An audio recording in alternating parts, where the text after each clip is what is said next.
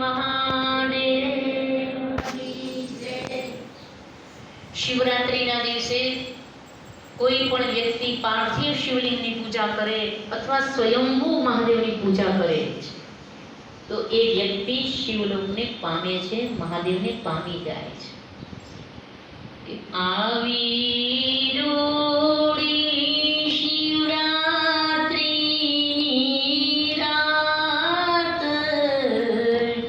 ચાલો ને શિવના દર્શને રે માણારાજ.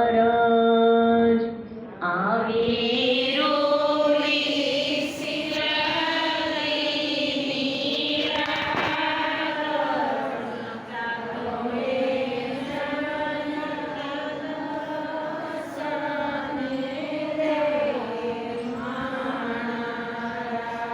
ચાલો